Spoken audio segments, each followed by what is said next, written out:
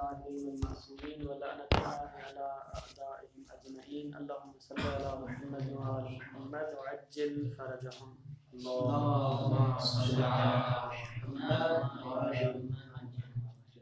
والأوجه على الظاهر هو التصرف الثاني لأن منشأ التعارض بينهما هو ظهورهما في الانحصار الذي يلزم منه الظهور في المفهوم إلى آخره. عنوان بحث یہ تھا کہ اذا تعدد الشرط واتحد الجزاء، اگر شروط متعدد ہیں اور جزا ایک ہے تو ہم نے کہا تھا یہاں پہ دو صورتیں ہیں، جزا قابل تکرار ہے یا جزا قابل تکرار نہیں ہے۔ علیکم السلام۔ ہماری بات چل رہی تھی کہ جزا جہاں پہ قابل تکرار نہیں ہے، ٹھیک، وہاں پہ بحث تھی۔ تو مصنف کہتے ہیں کہ جہاں پر جزا قابل تکرار نہیں ہے تو اس صورت میں ہمارے پاس اگر دو شروط ہیں، ٹھیک ہے، دو جملے ہیں، دو دلیلیں ہیں، تو ان میں سے ہر دلیل کا منطوق دوسرے دلیل کے مفہوم سے تعارض رکھے گا، تو لہذا تعارض ہو جائے گا ایک دلیل کے منطوق اور دوسرے دلیل کے مفہوم کے ساتھ۔ اس تعارض کو کیسے حل کیا جائے؟ تو مصنف کا بھی دو صورتیں ہیں، ہمارے پاس دو راستے ہیں۔ وہ جو شرط ظہور رکھ رہی تھی کہ یہ شرط مستقل ہے، ایک یہ ظہور تھا ہمارے پاس، جب ہمارا جملہ شرطیہ تھا تو اس سے کیا ظہور پیدا ہو رہا تھا کہ شرط مستقل ہے، ایک یہ ظہور تھا۔ یا تو ہم اس میں تصرف کریں اور کہیں کہ یہ جو شروط ہے وہ مستقل نہیں ہے بلکہ جزء شرط ہے، پہلے جملے میں یعنی پہلی دلیل میں اور دوسری دلیل میں جزء شرط ہے، لہذا مل کے دونوں ایک شرط بن رہی ہے، تو لہذا تعارض نہیں ہو رہی، تعارض اصلاً ہوگا ہی نہیں پھر اس صورت میں، آج بیان کریں گے۔ دوسرا کیا تھا راستہ ہمارے پاس کہ ہم تصرف کریں اس ظہور میں کہ جو ظہور بیان کر رہا تھا کہ یہ شرط منحصر ہے، تو اس صورت میں بھی تعارض ختم ہو جائے گا۔ تو مصنف کہتے ہیں کہ ہمارے پاس دو راستے ہیں، کس راستے کو کس ظہور میں تصرف کریں، کیونکہ ظہور میں تصرف کرنا خلاف اصل ہے، ظہور کو آپ منہدم کر رہے ہیں، یہ ایک خلاف قاعدہ بات ہے، تو کہاں کس مورد میں بہتر ہے کہ ہم خلاف قاعدہ بات لے کے آئیں؟ مصنف کہتے ہیں کہ جو ظہور ثانی ہے یعنی ظہور فی الانحصار، اس میں تصرف کریں، میرے نزدیک یہ جو ہے وہ اوجہ ہے۔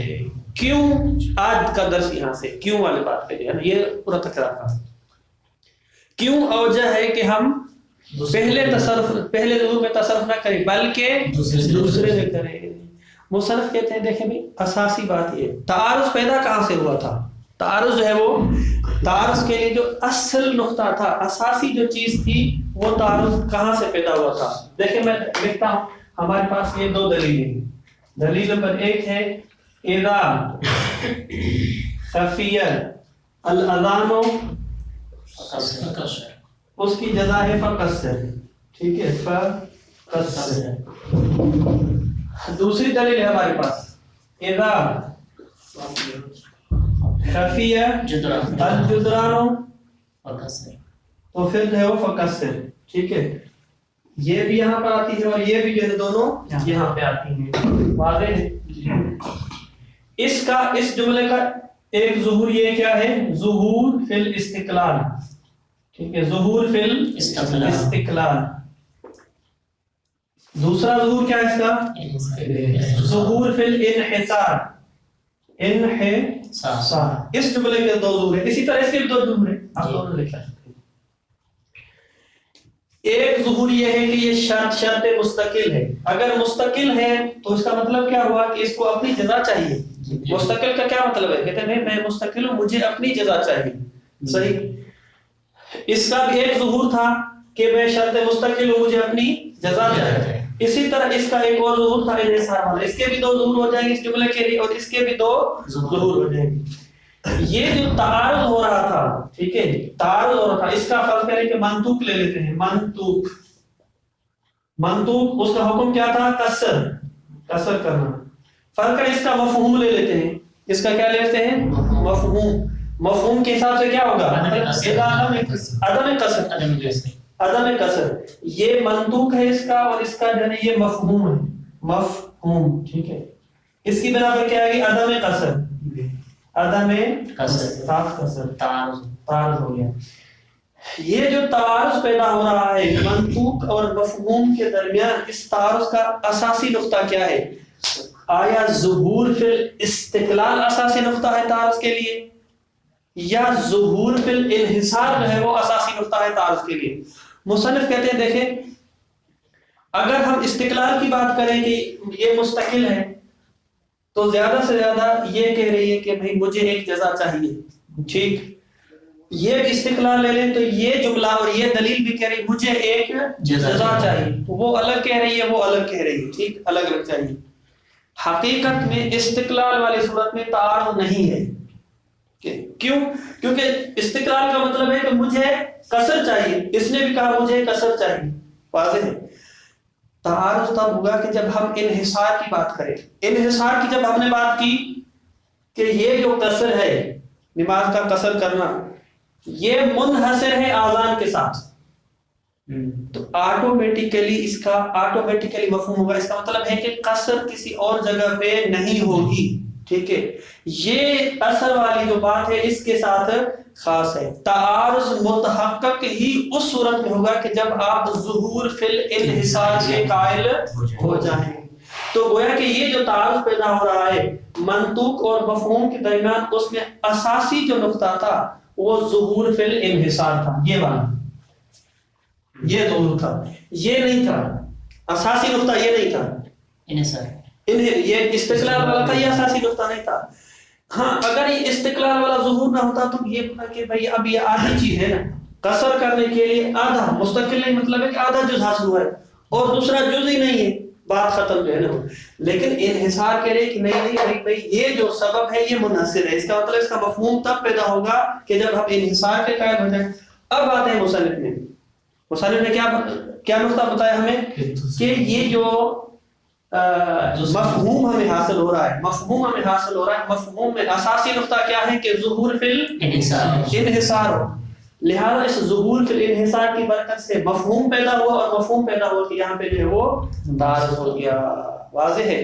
تو مصنف آتے ہیں اور کہتے ہیں کہ ایک منطوق ہے، ایک دلالت منطوقیہ ہے، اور ایک اس انحصار کی وجہ سے دلالت مفہومیہ ہے. میرے ساتھ ہیں؟ دوبارہ آتے ہیں. ایک اس جملے کی دلالت منطوقیہ ہے، وہ کہہ رہے ہیں قصر کرے. ایک اس جملے کی دلالت مفہومیہ ہے انحصار کی برکت سے. یا ہم دلالت منطوقیہ سے ہاتھ اٹھائیں یا دلالت مفہومیہ سے ہاتھ اٹھائیں. واضح ہے. اگر ٹکرا ہو جائے کہ ہم دلالت منطوقیہ سے ہاتھ اٹھائیں یا دلالت مفہومیہ سے، ہم نے تعارف ختم کرنا ہے، یا دلالت مفہومیہ سے، تو کس سے ہاتھ اٹھائیں گے؟ مفہومیہ سے ہاتھ اٹھائیں گے. یعنی وہ دلیل جو ظہور رکھ رہی تھی مفہوم میں، ہم اس سے ہاتھ اٹھائیں گے کیونکہ منطوق جو ہے وہ اقوا ہوتا ہے. دلالت منطوقیہ پاورفل ہے، قوی ہے، لہذا ہم اس کو کبھی جانے نہیں دیں گے. تو دلالت مفہومیہ سے ہاتھ اٹھائیں گے. دلالت مفہومیہ سے ہاتھ اٹھانے کا مطلب ہے کہ یہ مفہوم جہاں سے آ رہا تھا، انحصار سے آ رہا تھا، لہذا یہ والا جو ظہور تھا ہم اس ظہور سے ہاتھ اٹھائیں گے. تو لہذا اولا یہ ہے کہ جہاں سے یہ تعارض پیدا ہو رہا تھا اس ظہور سے ہاتھ اٹھائیں، نہ کہ بیچارے استقلال والے ظہور سے آپ جو ہے وہ ہاتھ اٹھائیں. واضح ہے؟ اگر واضح ہے اس کو دیکھیں ذرا مختلف ہے.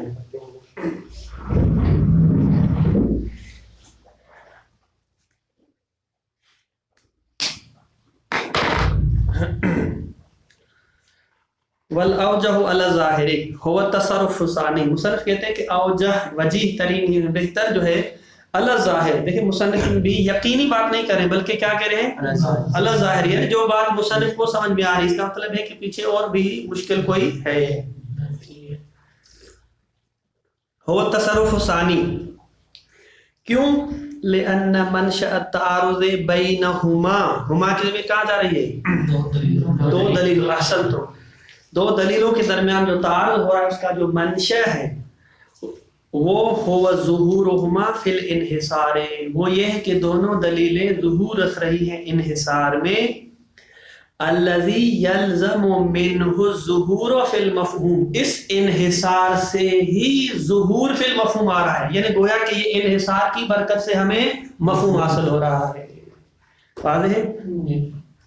فیتعارض منطوق کل منہما ما مفہوم الآخر کما تقدم، بس اس انحصار کی برکت سے مفہوم پیدا ہوا جس کی وجہ سے ان دونوں میں سے دونوں دلیلوں میں سے ہر دلیل کا منطوق تعارض کر رہا ہے دوسرے دلیل کے مفہوم سے.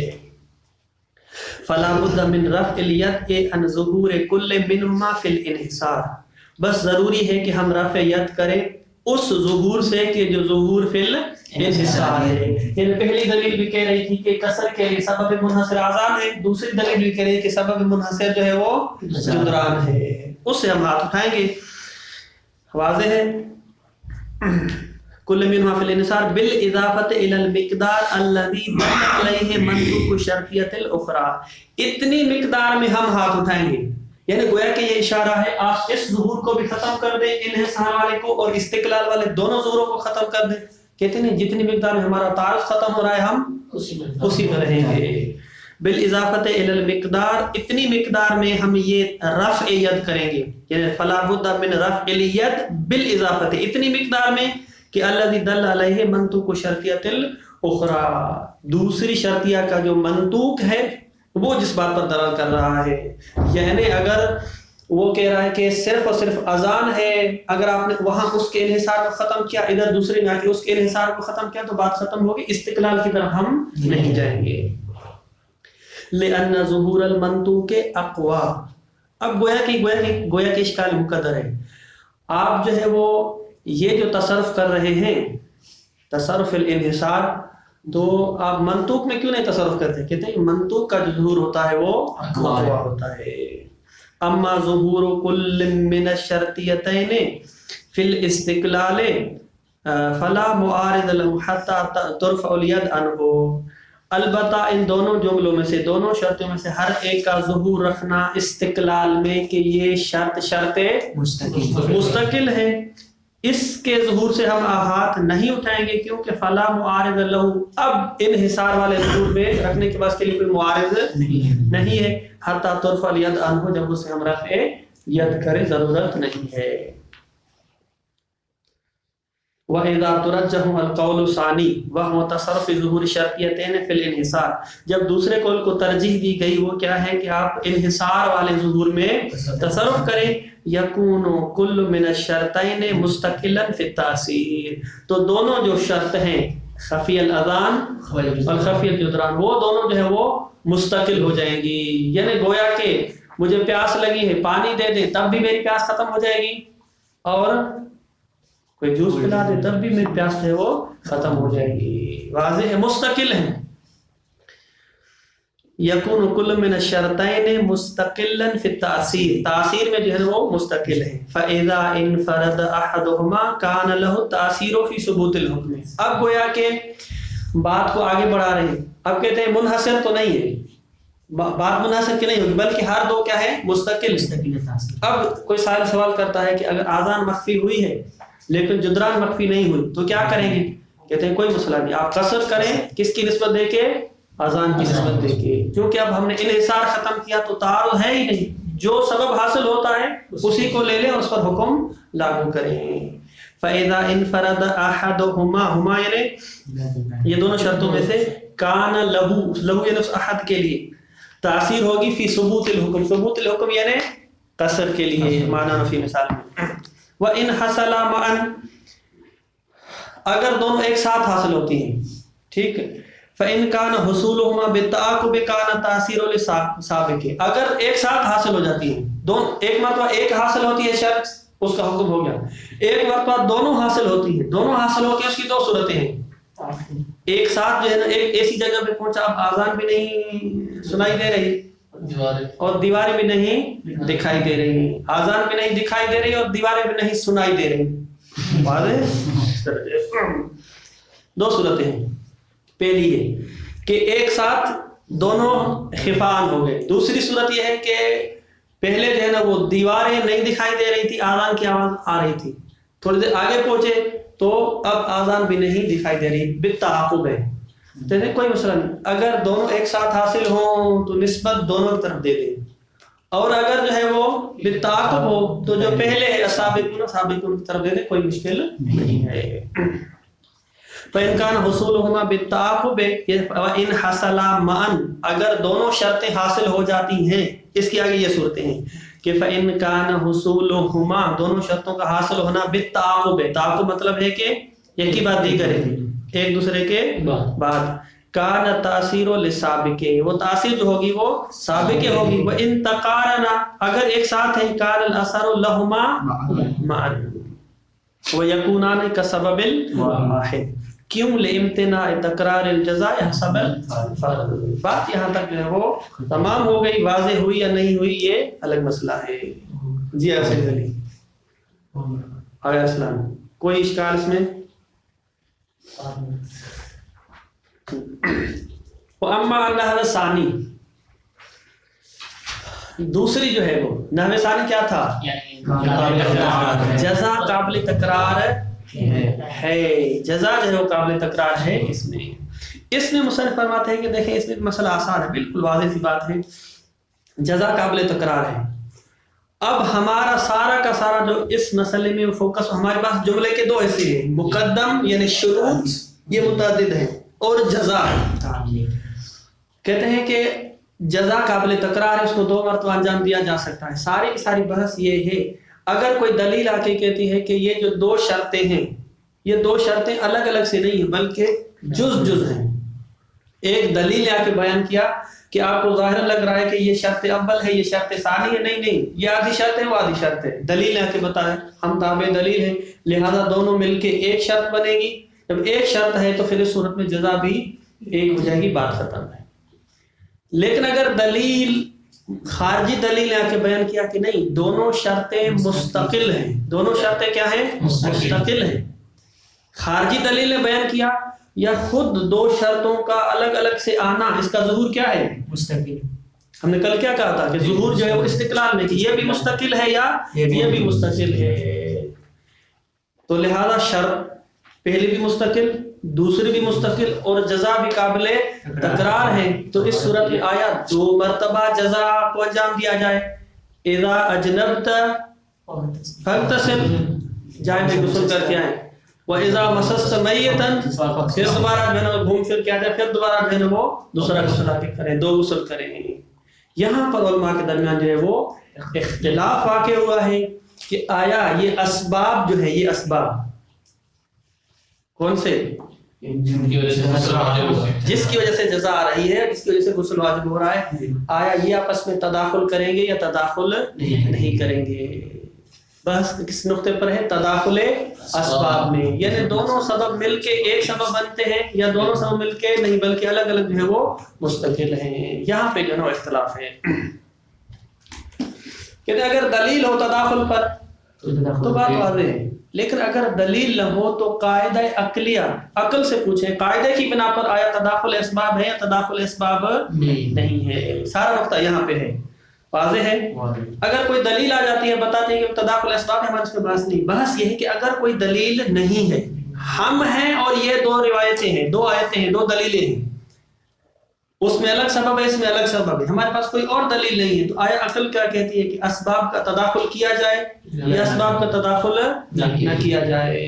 اسباب کے تداخل کا مطلب کیا ہے؟ کہ جزا ایک ہے، عدم تداخل کا مطلب کیا ہے؟ کہ جزا کا جو ہے وہ تکرار ہوگا۔ یہاں پر بھی دو ظہور ہے اور دونوں ظہوروں کا آپس میں ٹکراؤ ہے، یہاں پر بھی ایک لڑائی ہے، اس کو بورڈ سے ہی سمجھا جا سکتا ہے۔ مثال اب ہم تھوڑی دیر وہ چینج کرنی پڑے گی، نماز سے ہم تھوڑا سا پیچھے آ جائیں گے غسل کی طرف۔ جی مثال مجھے بتائیں آپ جی۔ اذا اجنبت فاغتسل، ٹھیک ہے، اس کو دور رکھیں، فاغتسل یہ ہو گیا صحیح۔ دوسری دلیل کیا ہے؟ اذا مسست میتا، ٹھیک ہے، فاغتسل۔ بحث یہ ہے کہ غسل جو ہے وہ قابل تکرار ہے. اب یہاں بحث کریں کہ اذا اجنبت، ٹھیک ہے. اب اگر آپ کو غسل جنابت ہو جاتا ہے تو اس کا ظہور کیا ہے کہ یہ جو شرط ہے یہ شرط مستقل ہے. اس کا ظہور ہے، ٹھیک ہے، کہ یہ شرط مستقل ہے. ٹھیک ہے، شرط مستقل ہے. تو شرط مستقل ہے، اس کا تقاضا یہ ہے کہ مجھے الگ سے غسل چاہیے. ٹھیک ہے، غسل الگ سے چاہیے. اذا مسست میتن مستقل ہے، کیا ہے؟ مستقل ہے. اس کا ظہور کس بات میں ہے؟ مجھے بھی الگ سے غسل چاہیے. ان دونوں کا تقاضا ہے کہ بھئی ہمیں ایک غسل سے ہمارا کام نہیں چلے گا، بلکہ ظہور یہ ہے کہ جب شرط مستقل ہے تو جزا بھی کیا ہونا چاہیے؟ مستقل ہونی چاہیے. تو بس ان دونوں کے ظہور کا نتیجہ کیا نکلا؟ تعدد جزا. ٹھیک.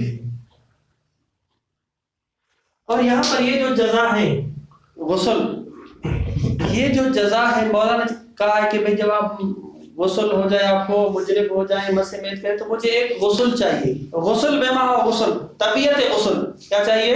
طبیعت غسل. وہ طبیعت غسل کیا ہے؟ مثلا وہ طبیعت غسل یہ ہے کہ بھئی مثلا دھونا فرق ہے. آپ مثالیں لیں، دھونا یہ دھونا.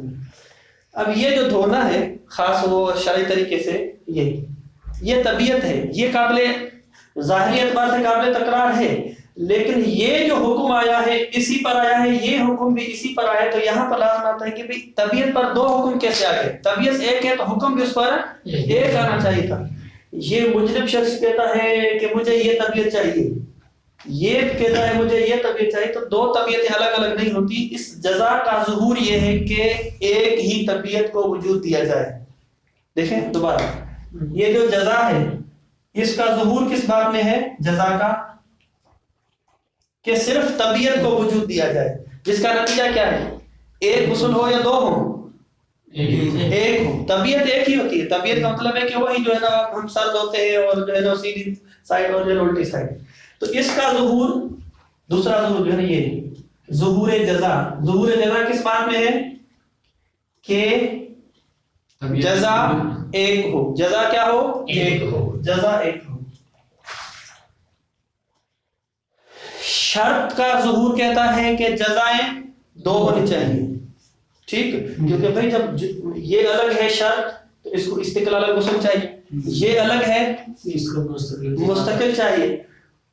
جزا چونکہ بیما ہوا طبیعتاً مطلوب ہے نا، بیما ہوا مطلوب ہے، وہ بیما ہوا طبیعت ہے اور طبیعت ایک ہے، تو اس کا ظہور کس بات میں ہے کہ ایک ہی ہونی چاہیے. تو یہاں پہ تعارض ہو گیا کہ شروط کو دیکھتے ہیں تو جزا دو ہونی چاہیے، شروط کے ظہور کو، اور جزا کے ظہور کو دیکھتے ہیں تو ایک ہونی چاہیے.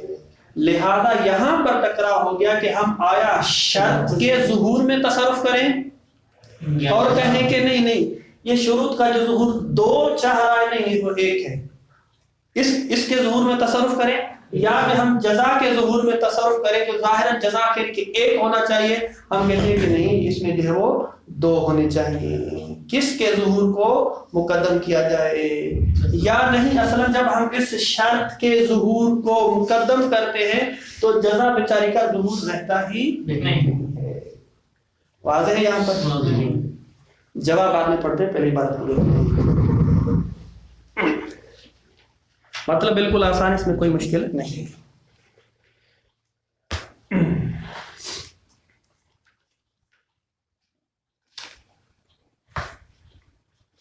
اما انہ ثانی وہو ما اذا کان الجزاء قابلا للتکرار فهو على صورتين. اس کی بھی دو صورتیں ہیں. ان یثبت بالدلیل ان کل من الشرطین جزء سبب. دلیل سے ثابت ہے کہ دونوں شرط جو ہے وہ جزء سبب ہیں، یعنی دلیل کہہ رہی ہے کہ جو یہ شرط ہے یہ مستقل نہیں ہے، جزء سبب ہے، یعنی آدھا ہے. واضح ہے؟ ولا کلام حینئذ، تو اس صورت میں کوئی بحث نہیں ہے. فی ان الجزاء واحد، تو جزا ایک ہو جائے گی. یحصل عند حصول الشرطین معا. کیا مطلب؟ تو گویا کہ دونوں جو ہے نا جب آپ غسل کر لیں اور مجرب ہو جائیں اور مسح میت کر لیں، آپ سے مراد مثلا کوئی بھی شخص زید جو ہے وہ، تو دونوں شرط حاصل ہو جائیں گی. تو گویا کہ ایک شرط حاصل ہوگی، ایک شرط ہے تو جزا بھی ایک ہے، اس میں کوئی بحث نہیں ہے. الثانی ان یثبت من دلیل مستقل، یہ بات ثابت ہے دلیل مستقل سے. اگر ثابت ہو جائے دلیل مستقل سے مراد ہے الگ کوئی خارجی دلیل، او من ظاہر دلیل شرط، یا دلیل شرط جو ہے یعنی خود اذا اجنبت او اذا مسست میتن، یہ جو خود دلیل شرط ہے اس کا ظہور بیان کر رہا ہے کس بات پر کہ ان کل من الشرطین سبب مستقل، کہ ہر جو سبب ہے وہ سبب مستقل ہے. واضح سواء کان للقضیۃ شرطیۃ مفہوم ام لم یکن، کہتے ہیں چاہے آپ جملے شرطیہ میں مفہوم کے قائل ہو جائیں یا مفہوم کے قائل نہ ہو جائیں، یہاں پر یہ جو بحث ہم کرنے جا رہے ہیں یہ حتماً آنی ہے. فقط وقع الخلاف، یہاں پر اختلاف واقع ہوا ہے فیما اذا اتفق وقوع الشرطین معا فی وقت واحد، کہ جب یہ دونوں شرطیں وقوع پذیر ہو جائیں، شخص مجرب بھی ہو گیا اور مس میت بھی ہو گیا، اس نے میت کو بھی ٹچ کیا ہے ایک ہی وقت میں، اور متعاقبین، یا جو ہے نا وہ پہلے پہ ایک شرط حاصل ہوئی اور پھر دوسری شرط حاصل ہوئی، کوئی مشکل نہیں ہے. مصنف کہتے ہیں کہ ان القاعدۃ ای شیء تقتضی، یہاں پر بس یہ ہے کہ اگر مسئلہ اس طرح ہو جائے تو پھر قاعدہ سے مراد قاعدہ عقلیہ ہے، یعنی قطع نظر ادلہ سے، دلیل ہے تو اس کی بحث نہیں، قاعدہ عقلیہ جو کس بات کا مقتضی ہے کہ آیا یہاں پر دو شرطیں ہیں تو دو جزائیں، دو غسل ہونے چاہیے یا ایک ہونے چاہیے. حل تقتضی تداخل الاسباب، تقتضی کا فاعل کون ہے؟ قاعدہ.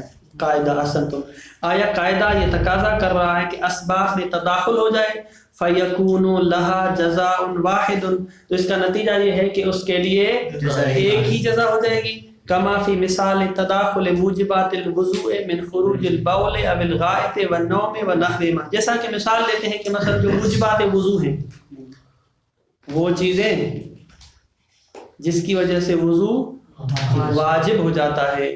مثلا ایک شخص نیند سے بھی اٹھا ہے اور واش روم سے بھی ہو گیا ہے مثلا، تو آیا اب یہ دو وضو کرے، یہ کیا کرے؟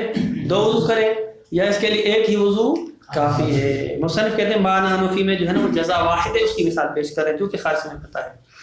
ام تقتضی عدم التداخل، مثلا یہ جو کیا کہتے ہیں پاکستان میں گلگت بلتستان میں ایک نور بخشی ہیں، اور ان سے اگر ہوا خارج ہو جائے نا، وہ ہوا خارج میں طہارت بھی کرنے جاتے ہیں، یعنی صرف وضو کرنے نہیں جاتے بلکہ وہ کپڑے بھی تبدیل کرتے ہیں، اور جو ہے وہ کپڑے تبدیل نہیں کرتے لیکن وہ طہارت کرنے جاتے ہیں اس طرح. تو کہتے ہیں کیونکہ جس طرح جو ہے نا پیشاب لگ جائے کپڑوں کو، ٹھیک ہے، تو آپ جو ہے نا وہ طہارت والی جگہ پاک کرتے ہیں، تو یہ اس کے لیے جو ہے پاک کرتے ہیں. کما فی مثال تداخل موجبات الوضوء من خروج البول او الغائط والنوم ونحوهما، ام تقتضی عدم تداخل، یا تقاضا کر رہا ہے قاعدہ کہ تداخل نہیں ہے، فیتقرر الجزاء، تو جزا مقرر ہوگی بتقرر شروط کے تقرر سے. اگر ایک شخص جو ہے وہ نیند سے بھی اٹھا ہے اور اس نے واش روم بھی کیا ہے، چھوٹا بھی کیا ہے تو الگ سے، بڑا کیا ہے تو اس کا الگ سے، ٹھیک ہے، تو 5 7 8 اس کو وضو کرنے پڑیں گے. مثلا کما فی مثال تعدد وجوب صلاۃ بتعدد اسباب، تقرر کی مثال دینے کی، کما فی مثال تعدد وجوب صلاۃ، اس پر متعدد نمازیں واجب ہیں، بتعدد اسباب ہی، اسباب وجوب صلاۃ، اسباب کی جگہ کہاں جائے گی؟ وجوب صلاۃ کے اسباب اگر متعدد ہو جائیں، من دخول وقت الیومیت، مثلا یومیہ کے نماز کا بھی ٹائم ہے، اور حصول الآیات، اور جو ہے وہاں سے زلزلہ بھی آ گیا، چاند گرہن ہو گئی، مثلا سورج گرہن ہو گئی، مثلا کسوف اور جو ہے خسوف ہو گیا، تو اسباب متعدد ہیں، تو آپ جو ہے ادھر سے مغرب کی نماز پڑھیں اور ادھر سے جو ہے سورج گرہن، چاند گرہن کی نماز بھی ساتھ پڑھیں گے. یہ سوال تھا، آیا قاعدے کا تقاضا تقرر تداخل اسباب ہے تو جزا واحد، یا قاعدے کا تقاضا ہے کہ تداخل اسباب نہیں ہے تو نتیجہ کیا نکلے گا؟ مصنف کہتے ہیں اقول لا شبہۃ فی انہ اذا ورد دلیل خاص علی التداخل، اگر دلیل خاص آ کے کہتی ہے تداخل ہے بھائی، جیسا کہ وضو کے مورد میں ہے تو اس کے ہم اتباع کریں، او عدم ہی، یا جیسا کہ مثلا نماز کے مورد میں ہے، وجب الاخذ بذلك دلیل، ہم چونکہ ابناء دلیل ہیں، دلیل کہہ رہی ہے تو اس بنا پر لہذا ہم تداخل والی دلیل ادھر لیں گے اور عدم تداخل جو دلیل کہہ رہے ہم اس کی اتباع کریں گے۔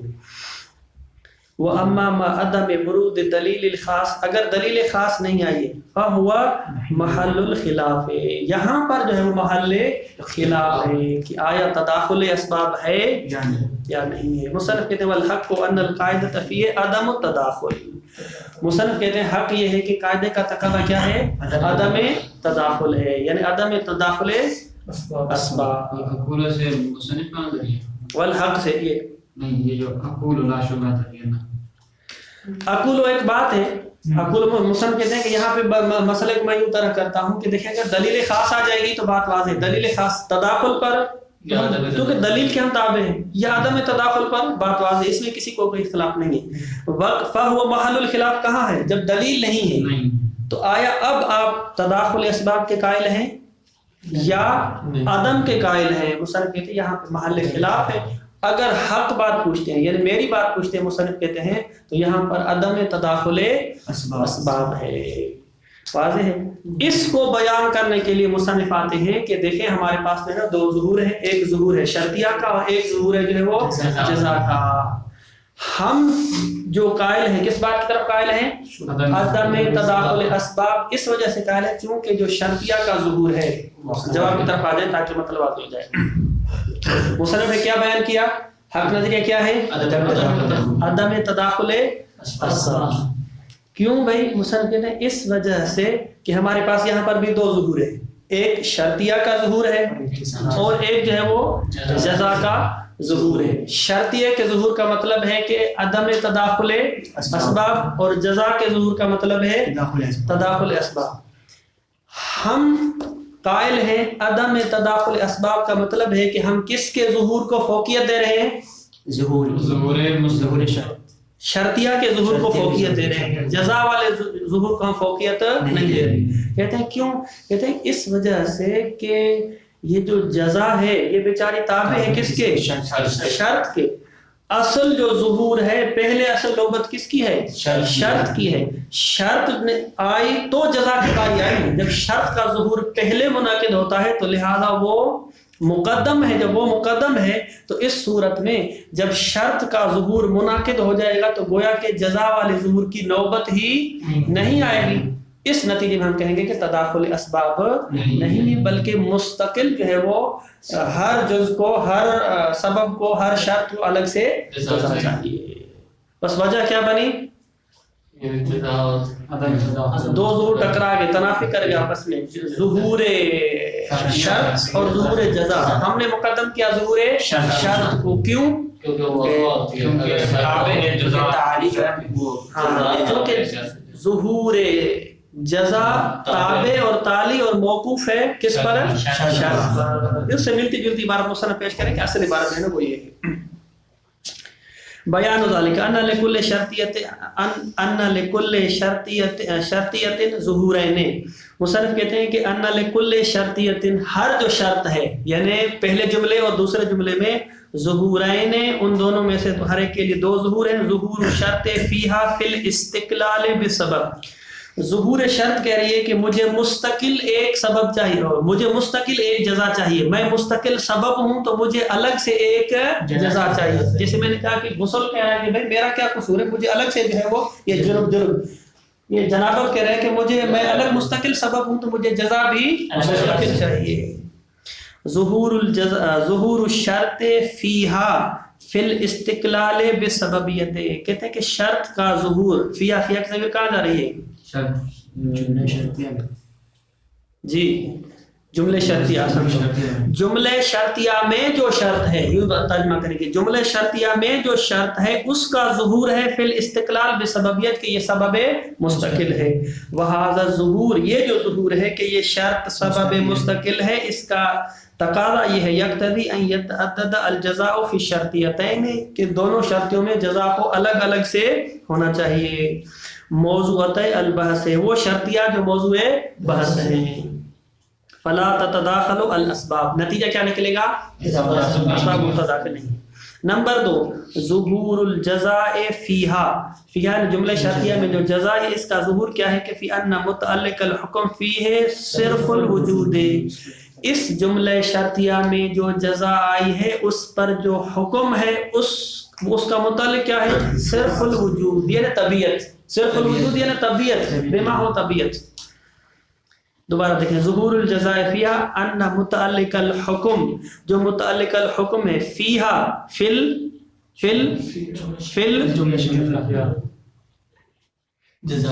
جزا، حسن تو فل جزا صرف الوجود، ولما کان صرف شیء لا يمكن ان يكون محکوما بحکمین، وہ چیز جو صرف ہے یعنی جو طبیعت ہے، صرف سے مراد ہے نا وہ آپ صرف نہ لے لیں کہ وہ طبیعت ہے، وہ جو طبیعت ہے کہتے ہیں ممکن نہیں ہے کہ اس پر 2 حکم آ جائیں، طبیعت بما ہو طبیعت 2 حکموں کو قبول نہیں کرتی، فیقتضی ذلک ان یکون لجمیع الاسباب جزاء واحد، تو ان تمام اسباب کے لیے ایک ہی جزا ہونی چاہیے، وہ حکم واحد، ایک ہی حکم ہونا چاہیے، عند فرض اجتماعھا، کہ جب اسباب جو ہے وہ سارے کے سارے اکٹھے ہو جائیں، نتیجہ کیا نکلے گا؟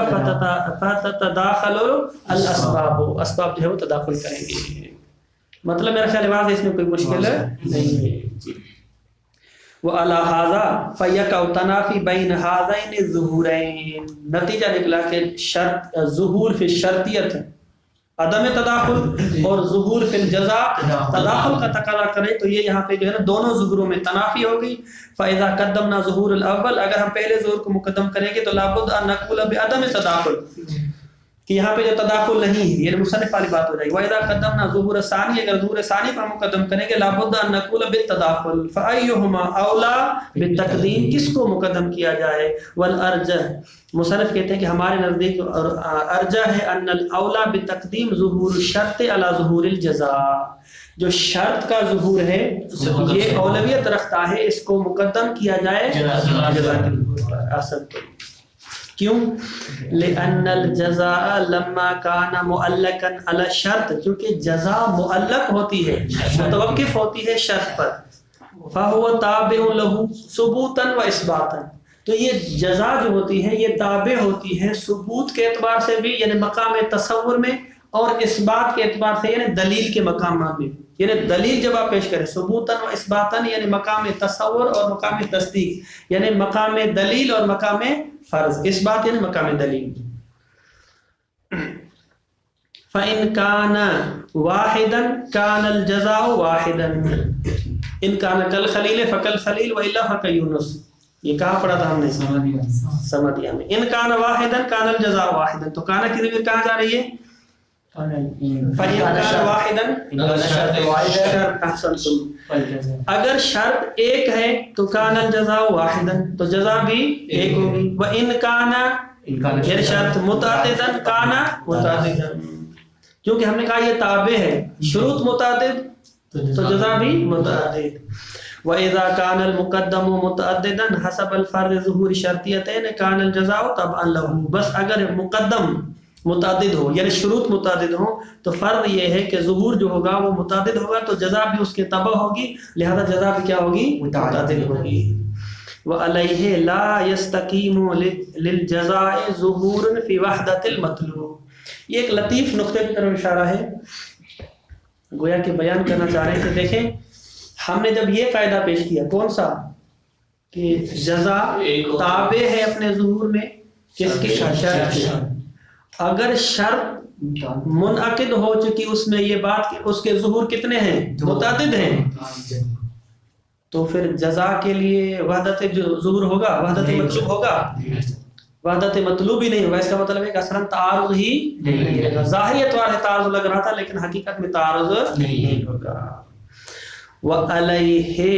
وَعَلَيْهِ یعنی اس بنا پر کہ وَعَلَى تَقَدُّمِ ظُهُورِ الْجَزَاءِ یا عَلَى تقدیم او عَلَى ارجحیت ظُهُورِ الشرط عَلَى الجزاء، اس بنا پر لا يَسْتَقِيمُ لِلْجَزَاءِ ظُهُورٌ، اصلا جزا کے لیے الگ سے کوئی ظہور مستقیم ہوگا ہی نہیں، فی وحدت المطلوب، فَيَخْرُجُ الْمَقَامُ عَنْ بَابِ التَّعَارُضِ بَيْنَ الظُّهُورَيْنِ، حقیقت میں تعارض والے ہم جو ہے وادی سے ہی نکل جائیں گے کہ دو ظہور میں کوئی تعارض ہو رہا تھا، بات ہی ختم ہو جائے گی. بل یکون ظہور فی التعداد یا فی التعدد، نسخے تبدیل ہے جو ہے نا وہ بہتر یہ ہے کہ تعدد پڑھا جائے تاکہ تعداد تھوڑا سا مشکل لگ رہا ہے. بل یکون ظہور فی التعدد، کہتے ہیں یہ جملے شرطیہ کا یعنی شروط کا تعدد میں ظہور رکھنا رافعا لظہور فی الوحدہ، وحدت میں جو ظہور تھا اصلا وہ ظہور ہی ختم ہو جائے گا. لأن الظہور فی الوحدۃ لا یکون الا بعد فرض سقوط ظہور فی التعدد، اس وجہ سے کہ وحدت میں جو ظہور ہے یہ کب ہوگا؟ اس وقت ہوگا کہ جب تعدد کا ظہور ساقط ہو جائے، او بعد فرض عدم ہی، یا اصلا ہو ہی نہ، ختم ہو بالکل شروع سے. عدم ہی کی ضمیر کہاں جا رہی ہے؟ عدم تعدد، یا جو ہے نا تعدد میں ظہور نہیں ہے، یا اصلا جو ہے نا وہ بالکل ہے ہی نہیں، تعدد ہی نہیں ہے. ٹھیک ہے، تعدد ہی نہیں بلکہ وحدت ہے تو پھر وحدت میں ظہور ہوگا. لیکن اگر ہم یہ کہہ چکے ہیں وہ اما مع وجود ہی موجود تعدد فلا ینعقد ظہور فی الوحدت، اصل وحدت میں ظہور ہی پیدا نہیں ہوگا. فالقاعدۃ فی المقام، مقام سے مراد کیا ہے؟ نحو ثانی، نحو ثانی میں کہ جب شروط متعدد ہیں، جزا واحد ہے اور قابل تکرار ہے، تو یہاں پر جن فالقاعدۃ عدم التداخل، قاعدہ جو ہے وہ عدم تداخل اسباب ہے. وہ مذہب اساطین العلماء الاعلام، کہتے ہیں یہی نظریہ ہے بزرگ علماء کا. اساطین یا تو استوانہ کی جمع ہے یا ستون کی جمع ہے، استون کی جمع ہے، یا تو استوانہ کی جمع ہے، استوانہ سے اساطین، یا استون کی جمع ہے، دونوں کی جمع اساطین آتی ہے جس کی معنی ہوتی ہے بزرگ علماء. ٹھیک ہے، بڑے بزرگ علماء، یعنی یہ بڑے بڑے بزرگ علماء کا بھی یہی نظریہ ہے کہ قاعدہ بما ہوا قاعدہ، ہم عدم تداخل کے قائل ہیں. ہاں وضو وغیرہ میں جو ہم یہ 3 4 5 6 صورت وغیرہ ایک وضو کرتے ہیں وہ دلیل کی بنیاد پر ہے، وإلا جو اگر دلیل نہ ہوتی تو ہمیں کتنے وضو کرنے پڑتے ہیں. واضح ہے. صلی اللہ علیہ محمد وآلہ الطاہرین.